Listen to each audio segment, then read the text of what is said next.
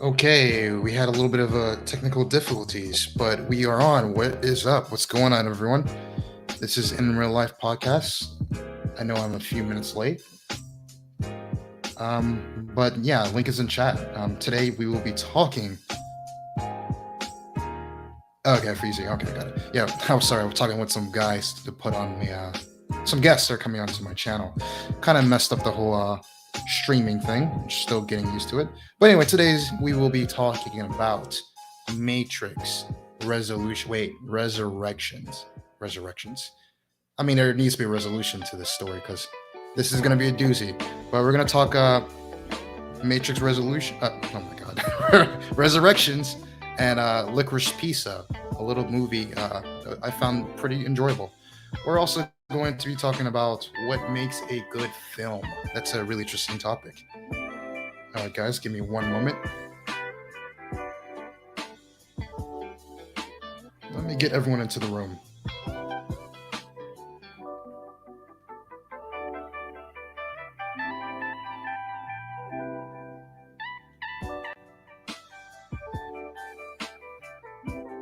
All right. We have Starkiller here. Hello. What's going on? You liking the beats? What's up, man? It's pretty chill. Yeah, we got a Beasto coming in, so let me just throw him the link. There we go. Yeah, I was talking for like 5 minutes straight, and I didn't realize that I wasn't streaming. I didn't click live. That was hilarious. Yeah, I'm putting your channel in the chat. Just made a link section, so it makes it easier next time to get to it because it doesn't show up on my YouTube. Oh, well, I wonder why that. Well, I know it's because I don't have that many views. It's YouTube's algorithm. It's YouTube's algorithm. Yeah, the only thing that's gonna show up in people's stream is like whoever's like the most popular or like whatever's trending, basically. So. Yeah, even if they click the bell, it still won't show. That's crazy. No notifications. Let me see. Yeah, give me one moment. I'm just grabbing some water. Okay.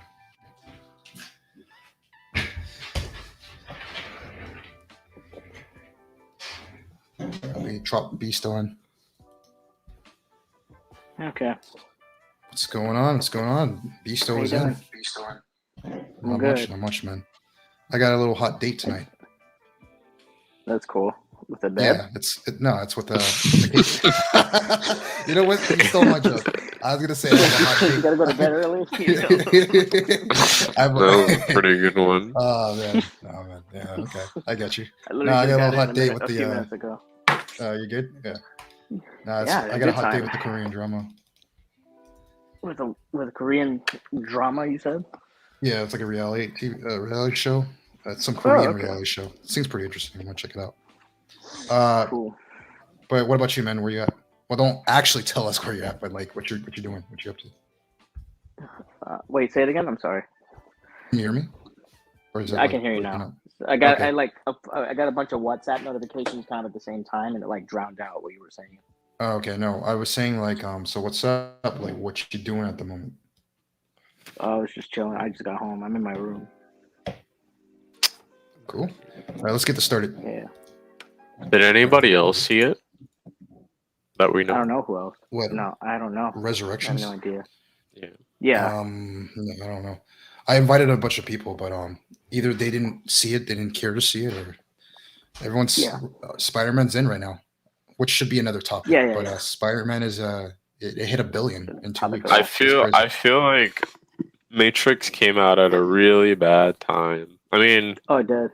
It came out right around Spider-Man. I didn't like the movie anyway, but still, it came out at a really bad time. So it's even gonna be like more worse. Like because of Spider-Man overshadowing it. That's correct. Yeah, they should have. I mean, granted, that... they wouldn't have saved the movie, but no. In January, if they released in January or something, you know.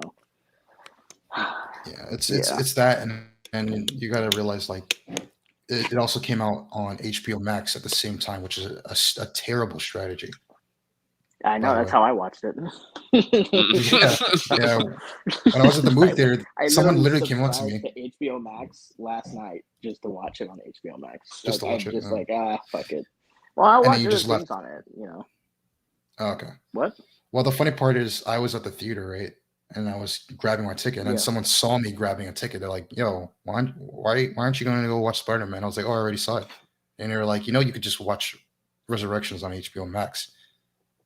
I was like, in my head, I'm like, okay, lady, why are you trying to convince me to watch this on HBO Max? And I see why. She saw that I was pretty. Well, we'll discuss it. All right, hold on. Let me set this. I always get the jokes that let me be right back. I'm gonna go feed my fishes right quick, and I'll be right back. Okay. Sure. Oh man. Here, let me just share my dude. screen. What was I saying? Oh yeah, I posted on Snapchat that I was watching the movie, and my buddy hit me up, and he's just like, "Oh, I see you. So you finally made it to the big screen, huh?" Because I would get told I look like John Wick, and I'm like, "You're not wrong." It's the beard and the hair, bro. Yeah. I have no problem with it.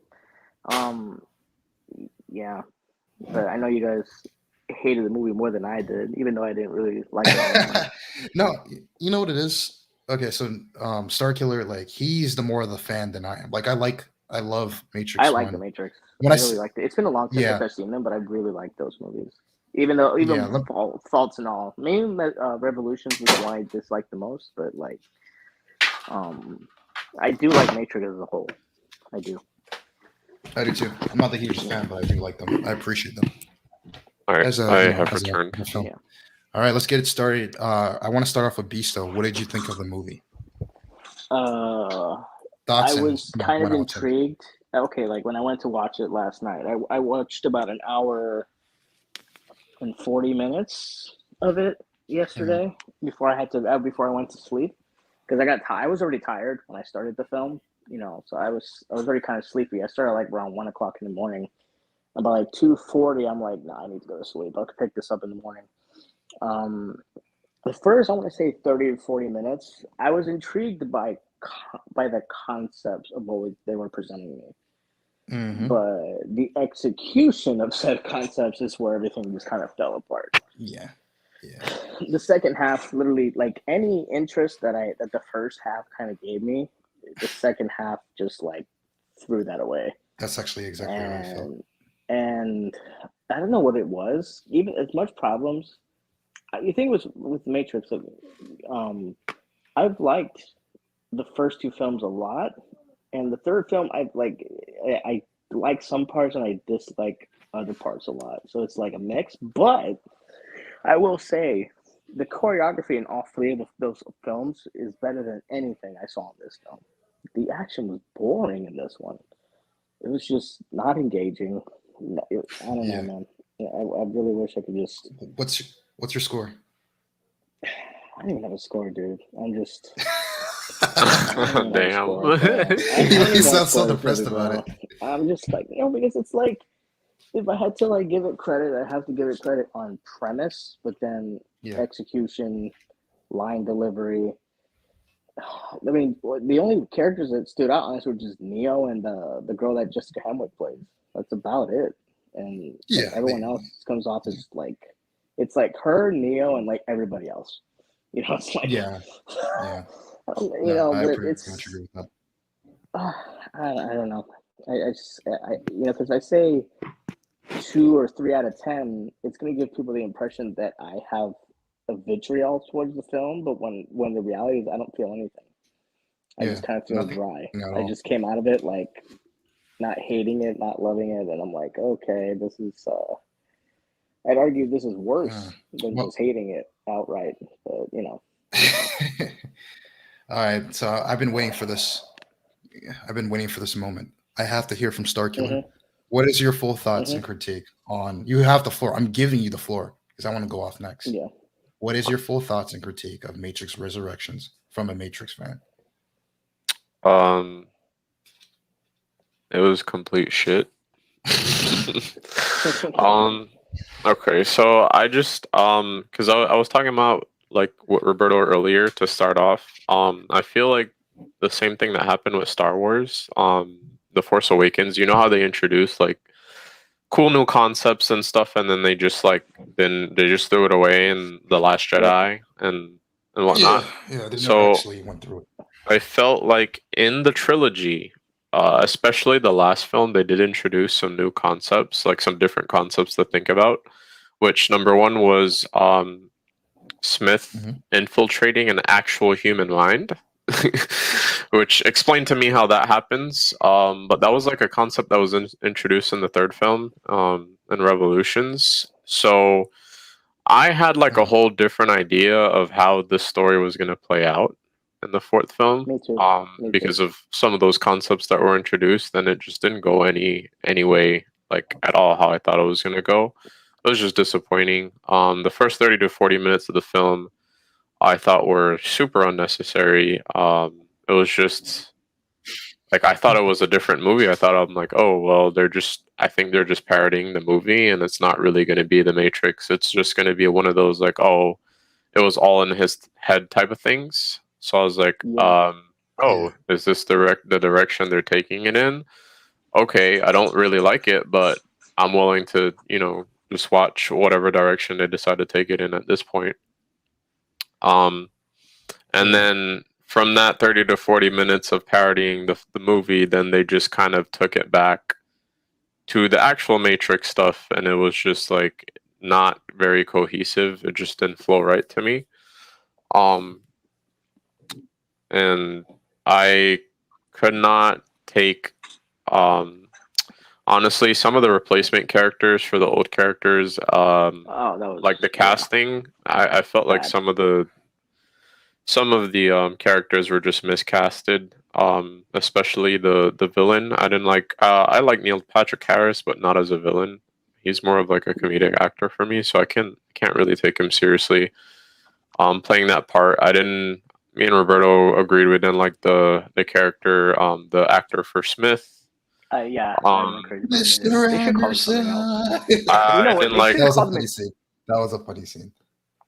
I think the actor for Morpheus is amazing, but it didn't feel right. It didn't feel right here. Yeah, it just didn't. It just felt. It was funny because we were all, oh my god. What else has he been in? What else is that dude in? No, he's a good actor. He's a good actor. He's a bad actor. I just don't know what else he's been in. There's a couple other movies that he's in some good upcoming movies as well.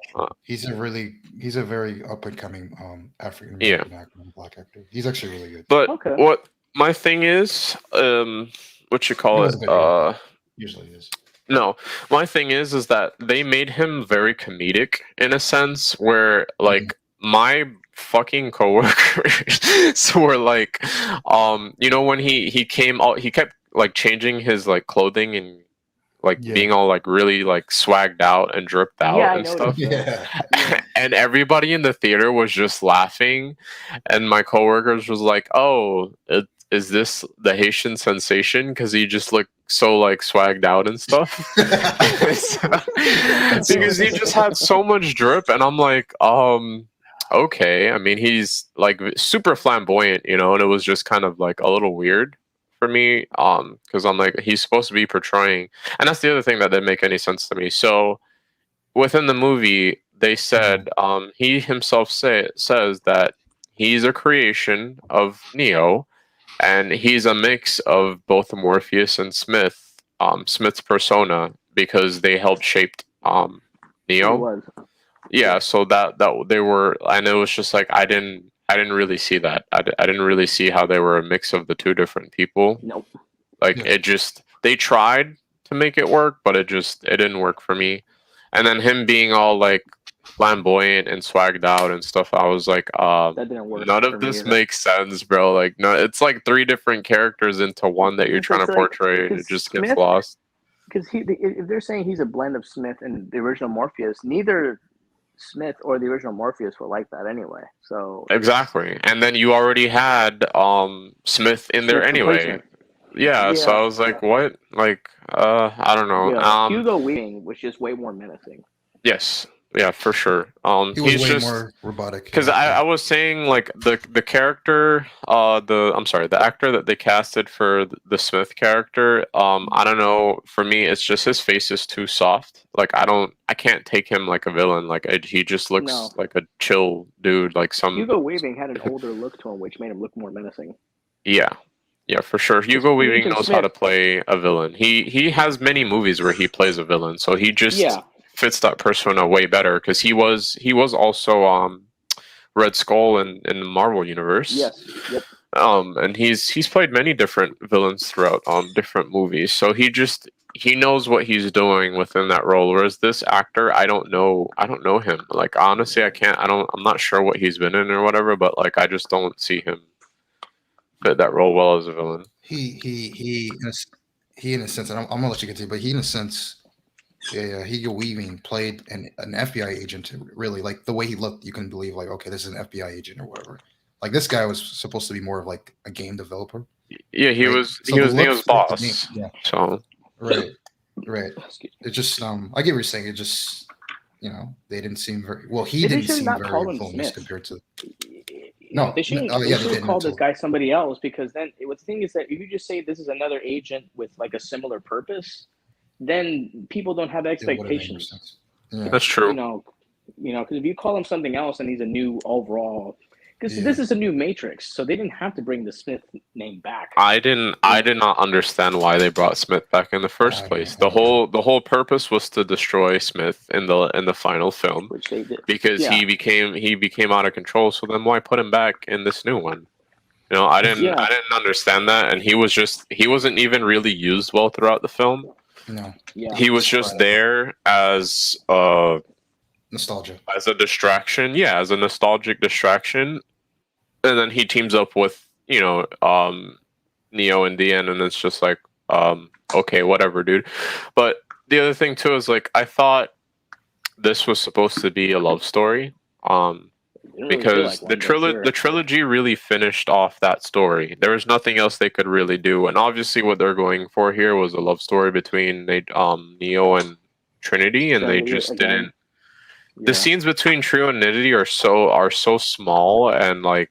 Yeah. I didn't really feel any like what's the word, chemistry. I didn't really feel anything. No chemistry because she forgot. She had no memory of him, but she had like a vague like I feel like this is what we've been here before type thing. But it was just the scenes were so minute. Like there was barely any scenes with them really exploring their love and rediscovering their love. Like it was almost nothing. It was very quick. It was rushed. So. That's why I said they could have taken out the first 40 minutes of the film, where it's just like all this exposition with like Neo and his game developing, like that whole thing. They could have taken all of that out and put it towards their love story. And also the final thing is, aside from the concepts that they did have in the original trilogy that they thought they might explore, they also introduced a whole entire new world in this one. And they just didn't do any world building. Like, there's new sentient beings that are willing to work with humans. Like good robots, bad robots, basically, and they just didn't explore that at all. There was just random fucking robots everywhere. Which is a pretty decent idea. It's just my argument was that conceptually there was actually a good amount of stuff on paper that they could have really delved into, but they just didn't. They presented these ideas like, oh, there's a new Matrix, which means, hey, that means we have a new world that you can get. Like you said, they didn't build around this new Matrix that they could. Another thing I thought would have been like way cooler was, because this is kind of like the direction I thought this movie might have headed, based on what happened in the original trilogy. I was thinking, since there was supposed to be peace, right, and then there's this new world where humans, there's some AIs that are willing to work with the humans and stuff. I thought it was there's gonna be like a whole human civilization that's trying to like bring things back to how humanity was in the past, and then I thought there was gonna be humans that wanted to just stay and live in the Matrix because they didn't want to accept the real world. you know. And I thought that was going to be more of a choice thing, because in the trilogy, at the very end of Revolutions, the architect, he says, hey, people will have a choice if they want to stay in the Matrix or not, you know, because that's what the Oracle acts as the architect. It's like, hey, what about the people that are here? Are you going to give them a choice? And he's like, yeah, they can choose whether they want to stay or go. So I thought, hey, maybe they're going to explore that, you know, have people that are willing to stay within the Matrix and live out their life that way. And that way they can kind of be whatever they want within that world, all at the same time, you know, feeding the machines, since that's what they need to survive or whatever. Or they could have just try and work towards going back to how things were before, because in the Animatrix you learn that the machines and stuff, before they started using people for power, they used the sun just like everybody else for power. So they could work together with the humans to fix the damage they've done to the earth, basically, to try and bring the sun back, you know. And it's just like that was, I felt like that was some symbolism in the very last film as well, because there's that scene, the scene where Trinity dies right before she dies, and they're diving through the machines. They go up over the clouds and they see the sun, and it's like, oh, only there's a hope of light. Neo was blind at that point. Exactly, right. So I don't know, I Matrix just code or something. Yes, yeah, he saw everything. And the other thing too that they didn't explore was Neo had powers outside of the Matrix in the real world. They didn't do anything with that. That was never explained. That was like, there's so many little things and little details that I feel like they just forgot from the original trilogy. And they just, I don't know, they just like left it out. They forgot about it. It was just disappointing. They just left so much on the table. Okay.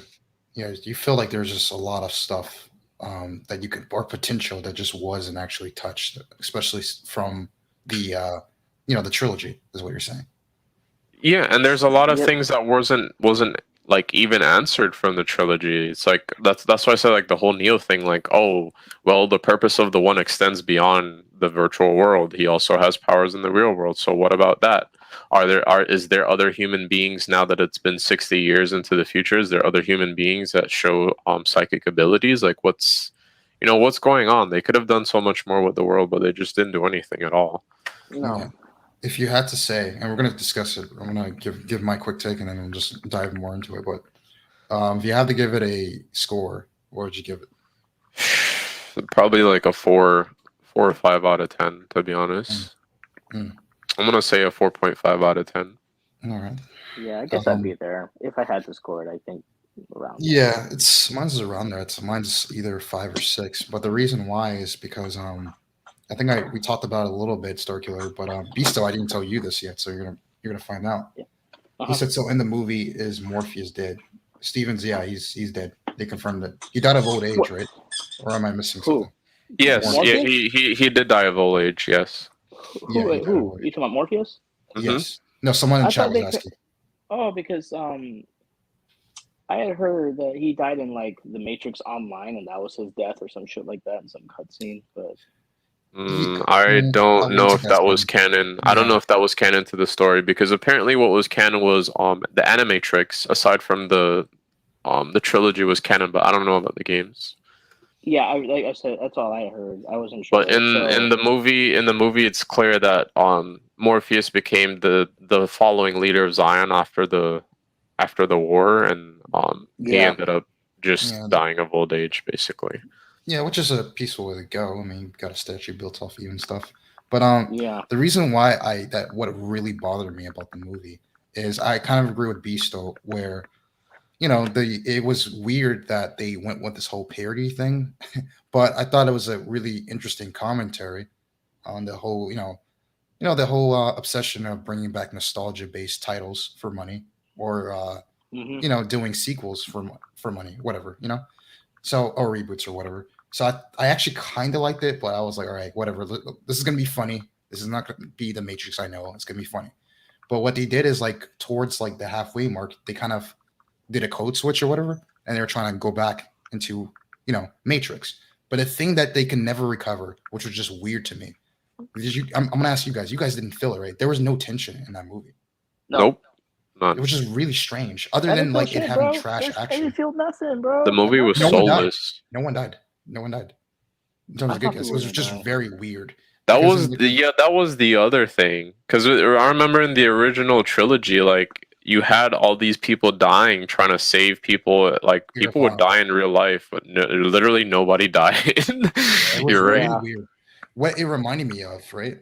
When I saw the movie, this would have been a movie that was made in the 2000s. Like I'm talking like 2005 or something, and it would have like I don't know. That's what it felt like because the way that the reboot was executed reminds me of the how the remakes and reboots, especially the remakes, were made in like the before 2010s. That's what it reminded me of. I don't know if you guys know what I mean, but that's how I felt. And to sum it all up, it confirms to me that I don't like the Wachowski sisters. I don't. One of them or together, whatever. I don't even know. Is it just one of them or both? No, they're both. They're both of them are. They decided to go from brothers to sisters. Both of them. And one of them only did this movie though. It's usually two of them, but together, one whatever. I freaking don't like their directing style. I just don't. They can't direct at all. I think they can write a little bit. Even in the Reloaded and Revolutions kind of showed they really can't direct that well. Yeah, I think they're. You know what it is about the Matrix 1, 2 that I heard? A lot of it was basically the script, which I believe, I don't want to confirm that they had help on. The person who dealt with the Kung Fu and whoever was handling the cinematography, they were kind of carried. I'm not gonna try to take too much credit for them, but they were kind of carried. But like, even if they weren't, let's say they weren't, right? They're a one-trick pony.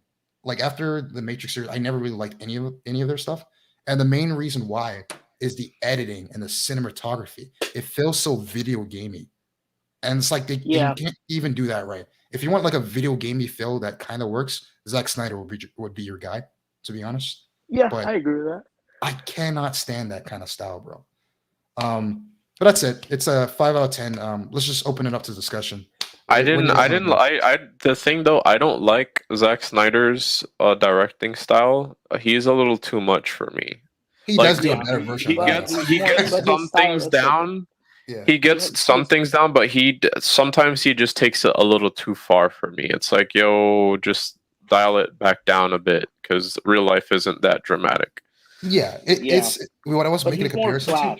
Yes, what I was making a comparison to is what Beastle just said.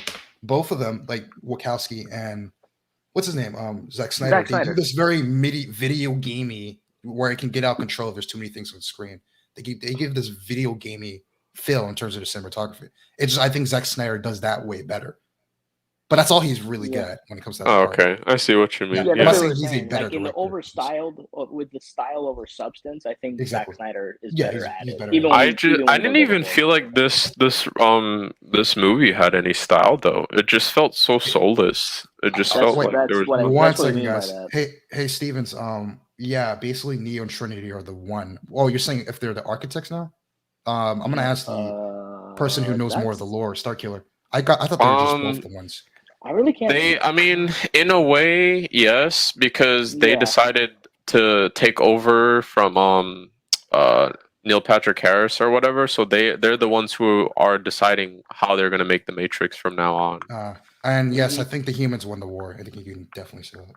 I don't know. I wouldn't say that because there was no war anymore. It was just basically there's still one guy who had a new version of the Matrix, and there's still and everybody's just at peace.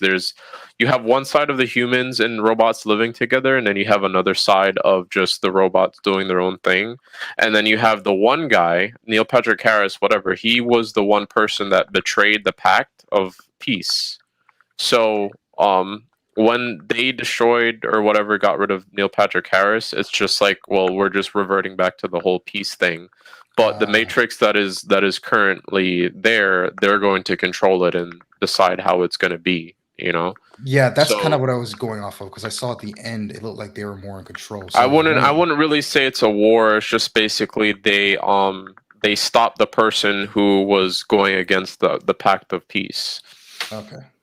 Okay, got it. Now back to what because if it was really a war, then you would see all the machines trying to fight, trying to kill the humans again. You could tell the machines were just kind of chilling around. Yeah, they were chilling. Yeah, I didn't see that. Yeah, but back to like that whole, because this gets into the other part of the video. I want to talk about Licorice Pizza, then get into it, but we could do it this way. It's a good segue. But in terms of the filmmaking, because what makes a good, wait, I thought the point was to free all humans. Not all humans wanted to be freed. That's the problem. Yeah. Some of them wanted to stay within the Matrix. Like if you remember, if you go back to the very first film, the guy who betrayed them, who sold them out, he wanted to go back to the Matrix because he was like, oh well, I'm done with real life. Real life kind of sucks. I'd rather go back to the Matrix, and he sold them out so that they would put him back. And he was like, oh, I want you guys to erase all my memories. I don't want to remember anybody from the real world. And also, if you ever watch the Animatrix, in the Animatrix, there's stories too of people trying to go back into the Matrix after being in the real world. Yep. Which creates that dichotomy, which they did not explore. But back to what we were talking about in the movie making process, right? No, that's what my point was. They do this video gamey style that just never worked for me. So I know you're saying like it felt bland to you, and it does in a lot of parts. But there was parts that showed, especially the cinematography and editing. I was like, yeah, I could see them, but it's the bad parts that I've always seen from them. I'll give you an example. Towards the end, where the what is that mode called where the humans become like rabid or whatever? They're taken over by the virus and they start like kamikazing themselves. Oh, there's a whole scene. When they jumped out the buildings. Yeah, I know what you're talking. Like, that was some terrible CGI. Like the way that was executed. Oh, it was really bad. God awful, bro. The action. But even swarm mode. There you go. That just god awful. That sounds like a video game mode. It was just the eyes, the bug eyes thing. That was just totally a 2000s thing. I remember seeing that kind of stuff in the 2000s, the early 2000s. Yeah, it's horrible. I always because even the CGI in the old Matrix films didn't age well either. No, they didn't. It's just like it was used sparsely. It looks very video gamey. If you look at the old one, it looks very video gamey. But I mean, for the time, that was it. It was top tier. It was really good at the time, but it didn't age well. I think, if I remember correctly, the first Matrix came out in '99, and then the second and the third one came out in 2003. 2003. Yep. Yeah, because they had delays with filming in Reloaded. Because what was it? But they released both. Died at the same year. But they also released just both of them at the same time. Yeah, they released Reloaded in the spring, and then Revolutions came out in the winter. Mm-hmm. Oh yeah, it was like 6 months apart. It was 6 months apart, something like that. Yeah, because they used to do that. Yeah. That was like I remember ever since like that was the same time Lord of the Rings did the same thing with 2 and 3. Well, and Harry Potter did the same thing too, even though that was much later on. But Harry Potter did that same thing. That might have been the last one I did that because I don't think they do that anymore. No. Yeah. Interesting. No, that doesn't really happen. Yeah, but but it does show why this just shows me and proves to me why I just never liked their style, and I just think like editing and cinematography, of course, but everyone talks about that, but people don't realize editing is super important. It can literally make or break. It can show what kind of it can literally tell you just off of editing alone who's directing what. You can tell like, okay, this is good. This guy's good. Like scenes flow very well if edited properly. I'm telling you, man, it's super important because like Starkiller just said, I can't really tell you exactly anything interesting that I saw, in terms of the CGI or the cinematography, but I definitely can't tell you anything interesting I saw from the editing.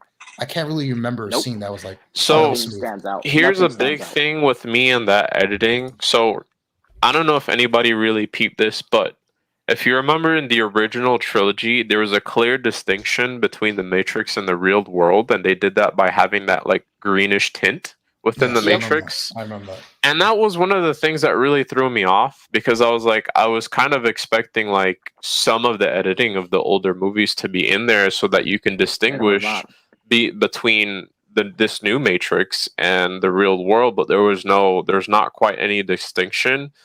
And so I never really felt like I was within the world of the Matrix. It just felt like, oh, this is just all one big pile of garbage in one, and there's not really any distinction between anything. There's not really any symbolism or nothing anywhere. Like there's not even any Easter eggs. It's just I like them replaying over a lot of the older scenes and stuff. Just felt like not even like an Easter egg. Oh my god, bro, Beasto, Starkiller, you just reminded me, bro. That's what I was trying to think of some of the bad editing moments. You just reminded me, bro. The fact that, for example, let me give you an example. Remember the first scene where we see that the CEO guy or whatever, he was Mr. Smith or Agent Smith. Sorry, why would you do that? Why wouldn't you just reserve that for later and then have it be a big reveal or something? I don't know why they did it like that. Yeah, that's what they should have done. It was super weird. Like, just intro. Oh, yeah, Mr. Smith. And the way they showed a lot of the flashbacks was some of the laziest editing I've ever seen. Literally just reusing footage of the movie and playing in the background. It was just really dumb. You guys know what I'm talking about? Like they overdid it. They hella overdid it. They kept doing it. It was annoying. When I saw it, I was like, bro, I as a YouTuber can literally do that. I can take clips and do exactly what they did. That was the laziest way to do it I've ever seen. That's what I mean about like editing being really piss poor here. Yeah, they basically had the old films playing in a projector. It was so bad. I was like, what are you doing? You don't do it once, do it twice, whatever. But then you're gonna constantly do it throughout the movie. Bro. It's like they're basically using old footage to carry this movie. Yeah, I couldn't believe that. I couldn't believe it. That's a sin. That is editing sin. Oh my god. I was like, yo, no way you did that. That is lazy. Now, to get to that lazy point, right? I have heard that I should pull up the article. Basically, for example, what's his name? Keanu Reeves. He literally said that they didn't rehearse. They just did the scene. There was no retakes really, and it was an odd thing in the movie. That's crazy, and that is very lazy, by the way. I also heard that during when the Corona hit or whatever, the sister or whatever tried to back out of the movie, like she didn't want to continue. So all the shots they were taking at themselves, I wonder if like they just really didn't want to complete the movie. You know what I'm saying? Like you kind of felt the anger there. I mean, like there was a scene where basically, what did she say about WB? She said, "Oh, I mean, they were gonna something about their contract, and if we didn't do it, someone else would have done it anyway." Right? Lines like that, just very cynical. Like, what do you guys think about that? I don't know, man. I just don't know enough about that to like have an opinion on it. I just think repeat the question, Jamar. That was lazy. No, I was saying that basically in the movie, or not in the movie, but the story around the Matrix is during COVID.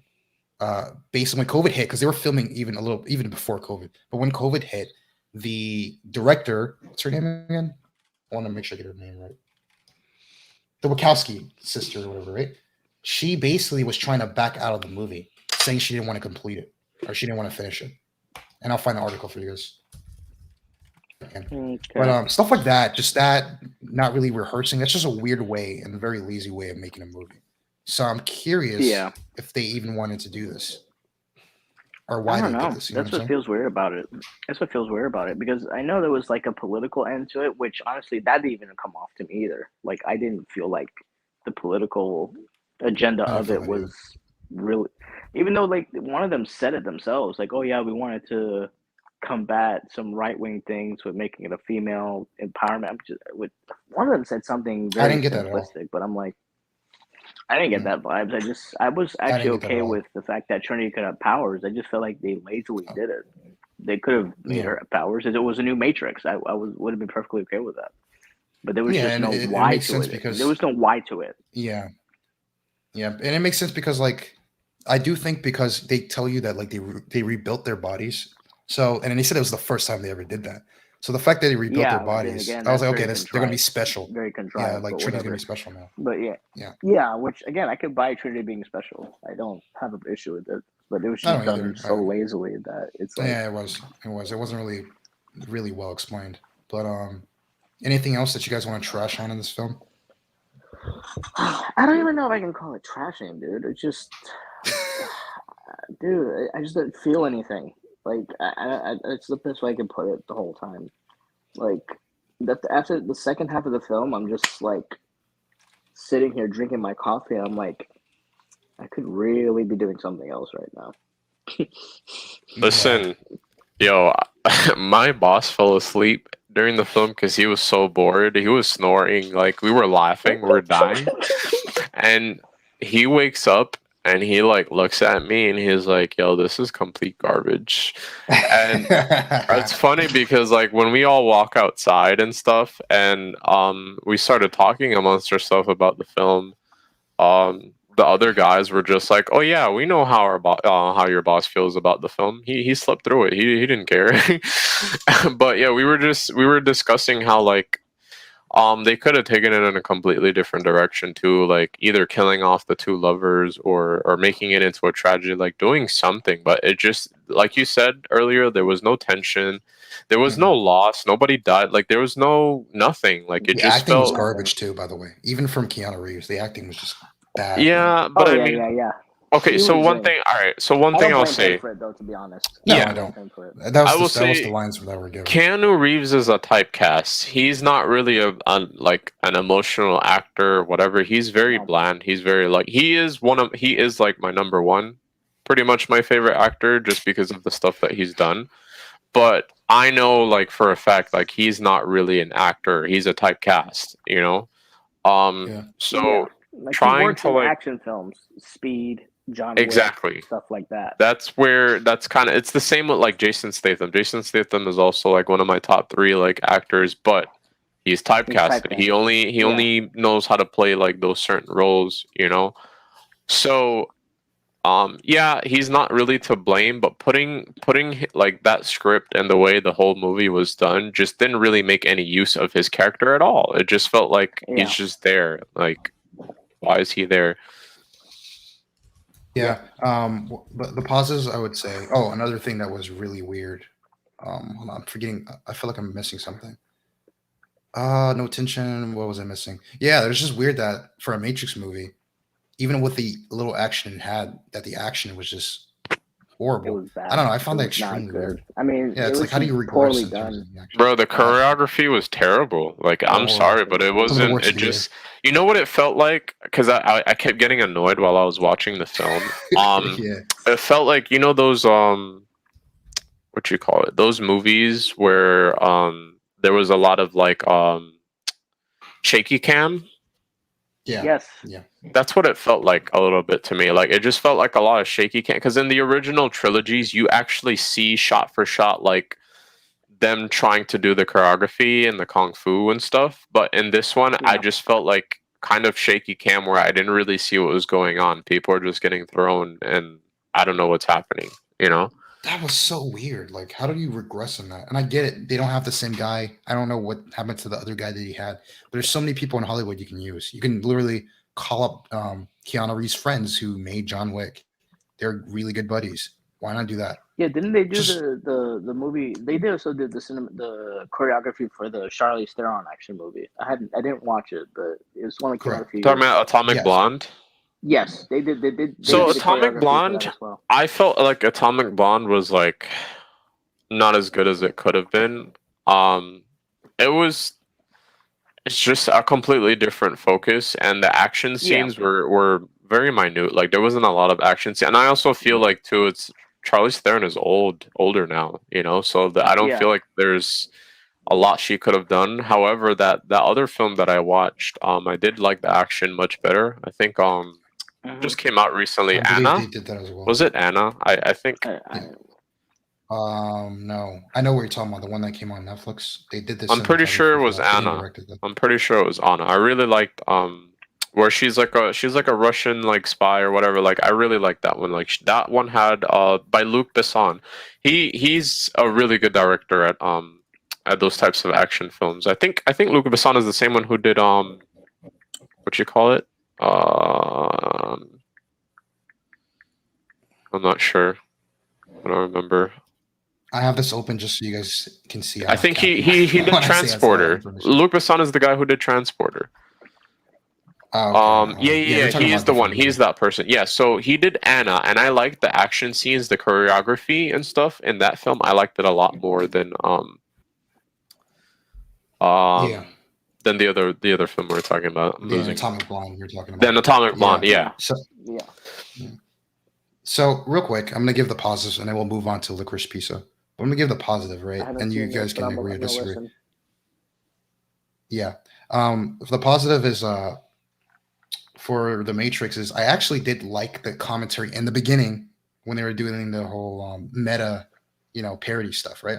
Because I did like the fact that like they called out WB and they called out basically movies in terms of people are obsessed with nostalgia and sequels, and usually don't tend to go out to go see smaller movies. Like I like that. I found it funny how they were making fun of people for trying to guess the commentary or what the original Matrix was about or was supposed to be. They made fun of that in the movie, which was cool. Like they joked, "Oh yeah, trans issue." Like they were joking about all that. That was cool. Yeah. What other meta stuff was cool in there? That was it. I can't think of anything else. Yeah, all right. So one of the other things that we didn't bring up was what did you guys feel about what you call it Trinity having powers? Yeah, Beast was just if they had done it better, I wouldn't have minded it. It doesn't really even bother me. I just felt like it came out of nowhere in a sense. Like there was no build up to that at all. Yeah. There was no like, there was just no. It just felt forced. When I saw her fly, I'm just like, I even text you when it happened. I'm like, so she flies now. Sure, okay, I'll accept it. Yeah, they were trying to do a thing. It was just like, sure, okay, whatever. Yeah, like you needed both of them to actually like make the powers work or something to be the one, which is cool. Again, just conceptually, I'm fine with Trinity having powers. There's just no kind of build up. No build up.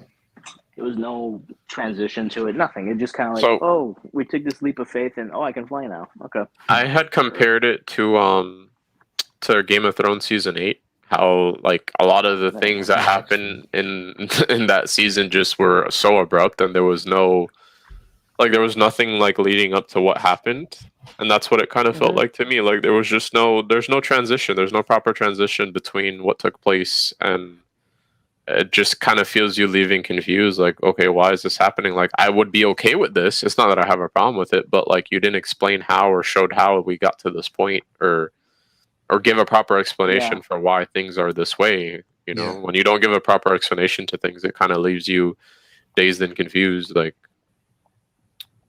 yeah, no, it's this movie, man. It was I can't say disappointing. I came in with low expectations, and I still got shattered on. It was still not good. I'm just because of the beginning, I'll be a little bit. I'll give it the benefit of the doubt, but I give this a 5 out of 10. Now that we're talking about, it's a 5 out of 10. That's fine. A movie from the 2000s that should have been made today. Yeah, this movie should not have been made. That would have been. Yeah. Excuse me. It should have followed its own advice and just not have ever been created. Especially if your heart's not into it, why do it? Because I feel like in the movie they kept saying like, oh, they didn't want to do it. Like I'm just assuming stuff or inferring, but that's what I felt. What I kept seeing from the movie just felt really lazy. But anyway, on to a better film. We're gonna do this quickly, but let's talk about. So he hasn't seen it, and after I told him about the movie, he actually wants to see it. You want to see it? Beast, do you mind dropping out real quick then? Yeah, I don't want to spoil it.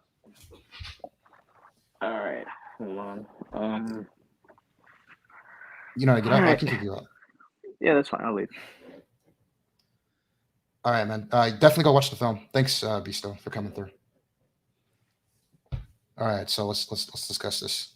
We are going to spoil Licorice Pizza, so if none of you guys have seen it, this is a spoiler review. Thoughts on Licorice Pizza? Going from Matrix to Licorice Pizza is like night and day. You have a wannabe romance story versus actually a real romance story. Let's see. What is this movie about? Basically, the whole movie follows two characters throughout the film. It's basically a 15-year-old boy trying to woo a 25, 26-year-old in the movie. She's 25. And this takes place in the 70s. Yeah. Yeah, and it takes place in the 70s. The character's name, the 15-year-old, was Gary Valentine. The 25-year-old, the female protagonist is Elena Kane. So yeah, the boy in particular is a actor, but he's also an entrepreneur on the side as well. So that's the plot, and there's a bunch of shenanigans and a bunch of crazy stuff that happens. It's a slice of life, if you guys know what I mean, and that takes place in California. I don't remember the city. What is it? San Fernando Valley. That's pretty much the little plot. San Fernando. Yeah, San Fernando for Valley. Sure. Thoughts on the movie? I have to get it together. But Star Killer, you want to go first? Sure. So I honestly really loved and enjoyed the movie a lot more than I thought I would. I think it's a very accurate love story for like the time period. And it just had enough like silliness and like over dramatization to be entertaining. Like it was just a perfect combo for me. Very like indie filmish stuff that I haven't seen in a while. Like it was very refreshing because I felt like I haven't seen a movie like that in the better half of this decade. Yeah, it was very non-PC too. Like, oh my god! Like, I just told you guys the plot. Imagine it's a 15-year-old boy going after a 25-year-old woman. Just think about that plot for a second. You know, a lot of back and forth between the two. Yeah, a lot of flirting and believe it or not, because of the spoilers, it actually works out in the end too. So that blew me. I mean, there was also some borderline very like. Remember that there's jokes about like Asian people. There's some jokes about like, oh yeah, I forgot about those. Yeah, it was just crazy. The stuff you would normally not see, because usually like the joke will be like, oh, that's kind of racist, or apologize for it, but no, nothing like that. What else crazy happened? I mean, this was my favorite scene. It was like halfway through the movie. It was like somehow I guess all the actors or all the Hollywood people meet at this one specific restaurant in that town. And the scene was focused on what's his name, Sean Penn. I think he played James Bond before. Very good actor, very legendary actor, right? And it's about him. He starts like going off about war movies. I think it was just war movies he played in, and he was just like telling it like he was a traumatized soldier to Anna's character, right? And then she's like, I don't know what you're saying right now, right? And then like one of his old Hollywood pals, I think he was a director or something like that. He walks in and he reminds you of that typical stereotypical 60s, director, guy who always smokes, and all that. And it had one of the craziest scene I've seen in a movie for a while. Like in terms of like the believability factor, it was just random as hell. What did you think, bro? Like, I thought that was an amazing scene in the movie. That was great. There was so much stuff happening at once. There was just so many, like, too many good scenes in that movie that were just so like outlandish, but like it just worked so well. It was just like, yo, what is happening? What is going on? I don't know what's going on, but I'm loving it. I'm loving this. Yeah. What? Yeah. Go ahead. I don't know. I felt like it was just a good combo of like comedy and romance in a sense. Like it almost like it's like a rom-com, but it almost like not really a rom-com in a sense. Yeah. Like I don't know, it's like slightly a little too serious to be a rom-com, but like there's a lot of comedic relief throughout the film, and it's just like a really good balance. So I felt like throughout the entire movie, I was rooting for the two characters to get together, and it's like you didn't really hate either of the characters or got mad at either of the characters. It's just like, Jesus, like I can understand the kid and where he's coming from, and I can understand the girl and where she's at in her life, and just seeing them going through all the back and forth and whatnot was, I think, very beautiful, and it's something we don't get to see nowadays in today's movies, because I feel like today's romance movies are so like predictable. Not just predictable, but the way romance is like now, like in today's society, is just so far off and just so like very soulless and uninspiring. Like it's just boring, like dating apps and all this random stuff, But I felt like that movie really took it back, really took it back. What I really liked too, bro, it showed how like before we had like technology, and this part is accurate. They even showed that in Dazed and Confused. And it is, because like the part of where kids would actually hang out and do stuff, not involved. No, it was very accurate. It was very accurate timepiece, because like they had to call each other on the telephones. They had to memorize their telephone numbers. Like they like even just trying to like what was like really beautiful to me, like in the very end where they're trying to find each other and they don't know where each other is, and they're running around the entire city asking like people who they know where each other are, and they can't find each other. Out and about, And it's like in today's time, you would just literally text a person and like, okay, that's where you're at. I'm meet you in like 5 minutes. But I think there's just a beauty in them trying to find where each other is, and it makes for a different type of love, because I think what it is nowadays, we're just so used to that instant gratification or that instant answer, that instant everything, that we don't have to wait. Whereas like back in those times, you really had to put yourself out there. Like you really had to make an effort for stuff, and it just made their love and their romance that more meaningful. Exactly, I agree. That's a good take. And here's another take that was when further reflecting on the movie, because Starkiller loved it. He didn't know anything about it, right? Like I think I showed him a trailer, but he didn't really gather. The only thing I knew was that was supposed to be like a loose interpretation of this guy's past or this guy's childhood. That's all I know. Yeah, and he has not seen any PTA Paul Thomas Anderson's movie. What got me into Paul Thomas Anderson was 2 movies. It was Magnolia. By the way, Starkiller, if you like this movie, you might like Magnolia. That's more of the adults, more current version. It's not really about romance, but I'm saying in terms of like random stuff happening, kind of a slice of life thing. Very good. It has Tom Cruise in it, one of his best roles too. But it was Magnolia, which is I think it won the Oscars at that time, and There Will Be Blood. I think that was nominated for an Oscar and has one of the greatest performances. So just off those 2 movies, there's more like Boogie Nights. This is a great director. Like, but Starkiller, you said that like you can tell he can direct his butt off because you saw the editing, you saw the cinematography, how he purposely made it like an older film. Like, you remember you were telling me that? Wait, repeat that last part you said? No, how like from the editing, the cinematography, in terms of how he tried to make it into like match one of those old timey kind of films, right? And the way he just directed some of those scenes, you could tell without even knowing or seeing. Everything flowed smoothly. Everything flowed smoothly, and that was like it for me. Like when things can be very cohesive and just flow, and like things make sense. Nothing is really out of order or out of place. Like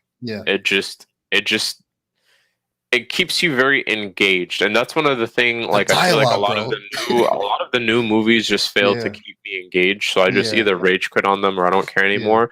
Whereas I noticed before, like I would say in the past, I used to be one of those people where like if I started something, I have to finish it. And I feel like that's because like movies and stuff in the past were a lot more engaging. So it's easier to keep my attention, and it's like, okay, I'm going to finish this, but nowadays it's like I start looking at a movie, and within 20 to 30 minutes, if it's not captivating my attention, I just rage quit. Same thing with shows. Like I just rage quit because it's just like, this is not captivating. It's not keeping my attention. Like I don't really care to watch this anymore. But that was like the way it was edited.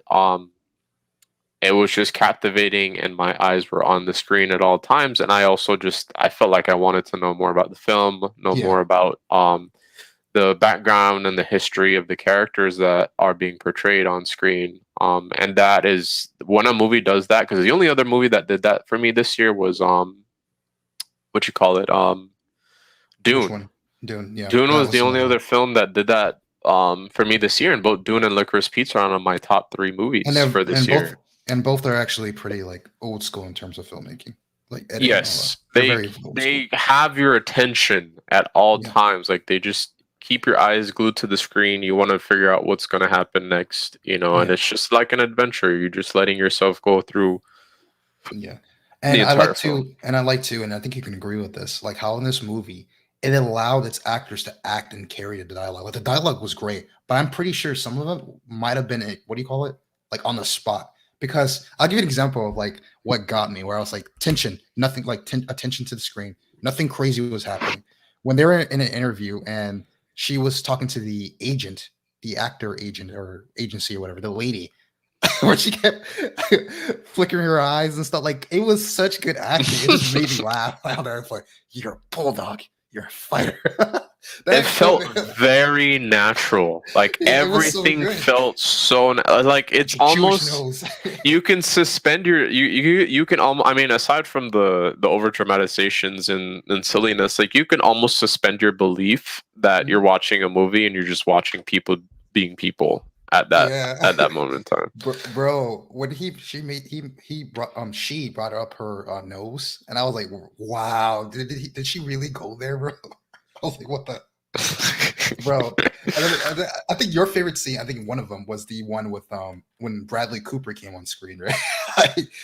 Oh my god, Bradley Cooper! Scene. Oh my god, yo, he went wild in that movie. Her like just going down the hill in reverse and then coming back up just to smash his car and then going back. Oh my god. Yo, and then running into him again. Oh my, like, yo, that was insane. That was insane. Oh my god, that was a trip, bro. That was funny as hell, bro. And it all made sense, and it all tied into the actual politics that happened at that time with the whole oil, whatever. It was nicely done. And you know what I just realized? It smoothly got her into the. Remember, she wanted to explore politics or whatever. Mm-hmm. All that setup was there, and how they transitioned to that part. Like, when you think about it, it was all set up perfectly, and why she felt like, okay, I think this might be my calling. You know, because the whole oil thing and whatever. Like, that was it. Now that more and more I think about it, like, a lot of the scenes actually flow together. Yes, like everything flowed smoothly, and that's why I said it was such a beautiful thing, because you got to see these characters go through like slight. I mean, even though it was a very short time span, but you got to see them going through different phases of their life. One being much older, so obviously she has an identity crisis. Because you know, when you're in your early to mid 20s, that's when you have your biggest identity crisis. You're not sure where you belong in the world, and you want to make a difference or whatever. And versus this 15-year-old kid who has all this ambition. All he has is ambition and dreams. So he's a hustler. He's an entrepreneur. He is looking for the next thing every moment, every second. He's looking for the next thing. You know, so it was perfect. Thought it was perfect. The funny part was, both of them, and this was a big theme in the movie, both of them, even though like one was ambitious and one didn't really know what she wanted, both of them kept moving on from things, like from thing to thing. Like, he did have his acting thing on the side and the movie thing, but you notice he kept doing these different things, but the reasoning was different. His was because, like you said, he was trying to figure out which one would be the best for money, or what would make him a hit or a star, right? Because he just knew he wanted to be successful, but he just kept moving from thing to thing. Hers was more like, I'm moving from thing to thing to figure out what I want to do, because I don't know what I want to do. You know what I'm saying? Mm-hmm. It was like two of them had the issue where they didn't know exactly where they were supposed to be in life, but it was just coming from two opposite kind of ideologies. Yep, two different backgrounds, very, very different backgrounds. Yeah. That was a constant theme and tension in that movie, and that's another cool theme I thought they played with, like, because that's relatable. And it was funny, and you know, it goes back to like the very opening scene, like where he's just charmed by her at the very beginning, and she's telling him, look, you're gonna be like this great guy, amazing guy, and I'm just gonna be sitting here like basically working at a diner. I'm gonna be a nobody, and you're just gonna forget about me. Yeah. And I like how throughout the entire thing, he's just like, no, I'm never going to forget about you. And he kept true to his word. I mean, he did what any 15-year-old would do in that time period, to be honest. So I can't really blame him or anything. Yeah. But he really, like, when it came to like the intense, like really like moments where she really, really needed him, he was there, you know? Yeah. So yeah, the personalities were like, those actors are very not only were they like believable, but they were very relatable as well. They had a lot of chemistry too. A lot of chemistry, bro. Yeah. A lot of chemistry. Like, man, just such good stuff, bro. I'm trying to think if there's anything else I want to say. Last thing, like I said, I think we talked about the editing, but like the editing was immaculate, man. I'm only bringing up the editing a lot. It's just because it's night and day when you're comparing the Matrix. And it was just immaculate. It was very good. I can't really think of anything else to say. Yeah, I think it was great. Anything else you want to say about it, or Like, what's your score? Oh man, my score is a fucking 10 out of 10, bro. That was one of the best films I've seen all year, alongside with Dune. Really good. I agree. I came out of the movie thinking, maybe 7, but like I'm telling you, like as more I pondered it, it's just because like I had my expectations so freaking high. You still have to rewatch it a second time. I still have to rewatch it. I still probably would. It probably hits an action 8 in actuality for me. But to be safe, should I just give it an 8? Because I feel like that's exactly where I'm at with it.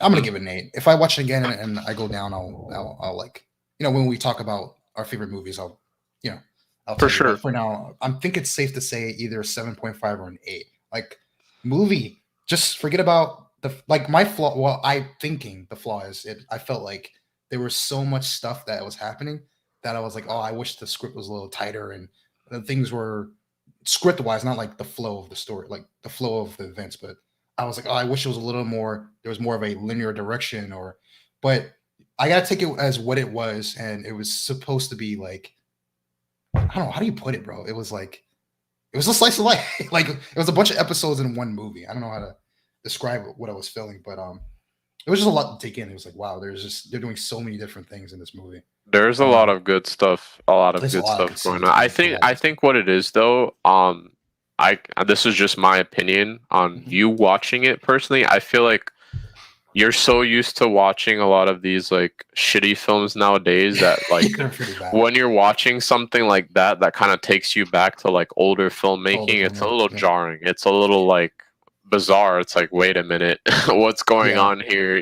Because I feel like the older films actually required you to have an attention span, and that's the crazy part. Like, they required you to have some type of attention span. It wasn't just always like mindless things and things being thrown at explanations being thrown at you so you don't have to think. I feel like a lot of movies like nowadays like suffer from that the shonen anime tropes where it's like they just tell you they have to all the characters have to explain every single little thing that they're doing. Yes. Okay, so I feel like a lot of films nowadays suffer from that, whereas like if you take a look at like some of the older films, there's not a lot of like exposition.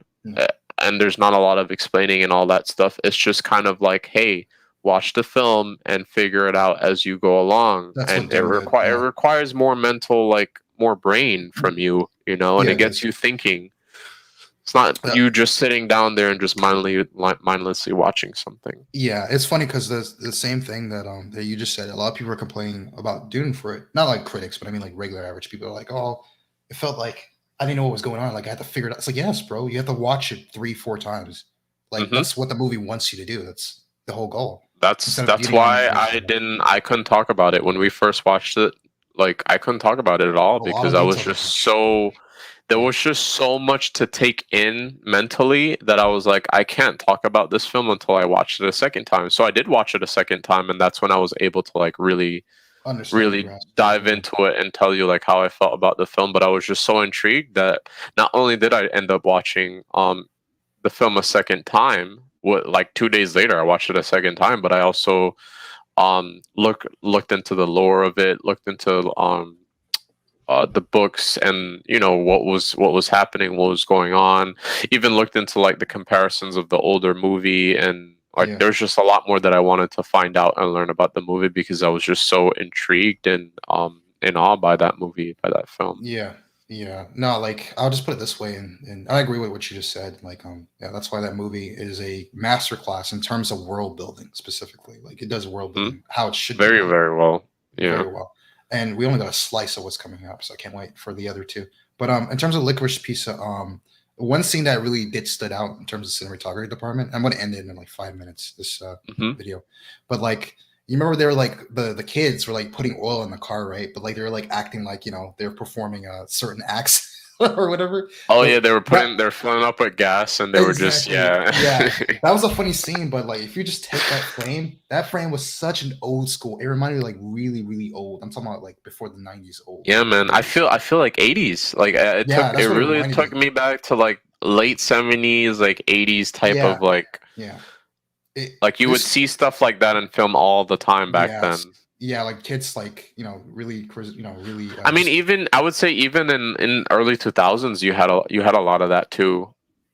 Yeah. It just didn't feel, because I guess because it took place in the 70s, it just really gave you that like boys will be boys type of feel. Yeah, like just that frame was good, and like I do recommend, bro, because I'm rewatching it, Magnolia or whatever, because this does stuff that reminds me of what he did in Magnolia. Not the stories are completely different, situation completely different. I'm just talking about in terms of like how you have to interpret what's going on, or you just gotta let it flow because you're like, what the hell is going on? But you gotta let it flow, and it makes sense, and it's very old school type of like filmmaking in terms of what's going on the screen. Like they let the actors act, and you're just like trying to see where it's going. I like that actually because I could not predict what was going to happen in this movie. It was going so many directions. I could not predict. I did not know where it was going. I was just going with the flow, and that's very similar in what he does in Magnolia. You're just going. Yeah, because remember what I was telling you? I think it was some weeks ago. I was telling you the reason why I enjoy film so much. I don't like anticipating. I don't like trying to figure out what's going to happen in the film. I don't like knowing what's going to happen in the film before it happens. It's not really like I want to be surprised or anything like that. It's more of like I want to watch something and I want it to tell me a story. I want it to like, make me feel something, make me feel emotions, because I view film as a form of art, so if I'm watching a film, I want the art to move me. I want it to make me feel something. I want it to take me places. I want it to put me on a roller coaster ride going up and down, or maybe we're just going all down. It's a tragedy. Maybe we're just going all up, but I want it to be a ride, And sometimes when you think about it, when you're getting on a roller coaster ride, you can't always see all the twists and turns on the roller coaster ride. You just kind of have to figure it out as you get on the ride. So, yeah, all you can do before the ride is kind of take a look and see, oh, how high does it go? How low does it go? Whatever, but you don't know all the twists and turns on that ride. So I just feel like that's how movies should be. So nowadays that we're getting into this, like, you already know everything that happens in the movie just by looking at the trailer. Like, it gets annoying. I don't like that. And I like being able to watch a movie like this where I'm on this ride, I'm not sure where it's going, but I'm just enjoying the ride. I'm along for the ride. So yeah. There was this movie, I won't say what it was, the other day where I literally saw something happen in the beginning where they kept putting emphasis, and I was like, oh, I already know sort of the ending. I just didn't know how they were going to get there, but I know what the ending was going to be. I don't like that feeling where I can kind of catch things and you kind of know. I hate that. That's how I felt about. I mean, that's what happened to me with Godzilla versus Kong.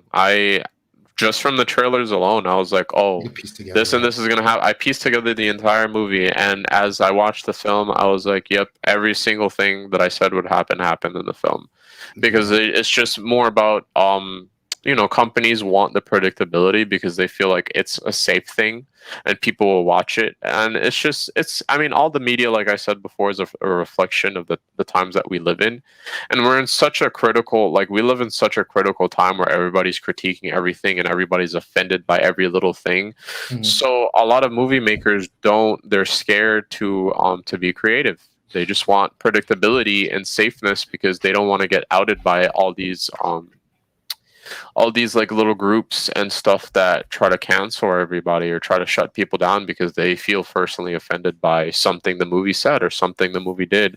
Yeah. And it just makes for a very stagnant. I feel like movies and media in general right now is very stagnant because we're not as a society, we're not really in a creative state of mind. No, it's mostly just about trying to make as much money as possible. And trying to appeal to the trends and the masses. Yeah, exactly. And the last thing I'll say on that, on what you just said, and I'm going to end it, is you brought up something that I was thinking. I remember on the Joe Rogan show, and it wasn't really Joe Rogan specifically. It was like other people on there. I don't remember, like people from some Hollywood people, I think, or comedians.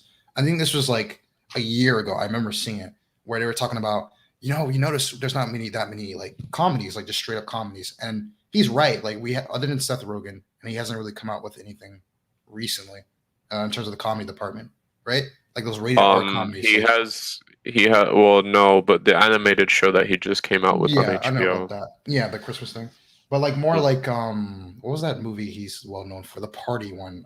Super bad stuff like that, right? And I was thinking, I was like, they're like, yeah, you can't do it because you might get canceled and this and that. Are you talking about the Judd Apatow films? All those films, the 40-Year-Old Virgin, Superbad, all of those were kind of falling because Seth Rogen and all those characters falling. Yeah, you can't do that type of humor anymore. But that is true to a point, because what I saw from this movie, and maybe it's because it's just a smaller film, and maybe that's why, because you could do a lot of stuff in indie, and people usually don't care because they don't watch it.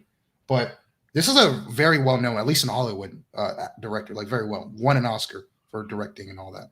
So he's well-known. So my thing is like, I don't want to really hear the excuse that we can't make good comedies or anything. And this was not a straight-up comedy. I'm not saying that. I'm just saying, like, I don't want to hear like, oh, it's because, we don't want to take any risk and you can't. It's like that movie did it. And I'm not you know why, though? You want to know why, though, it was acceptable for that film to do that? It's because it's a timepiece. Because of timepiece. Yeah, that's the only reason why. Because if you've ever looked at so what HBO did, right? Because HBO is under the Warner Brothers. They're the ones who own HBO. Yeah. So Warner Brothers made the Looney Tunes and all those old cartoons.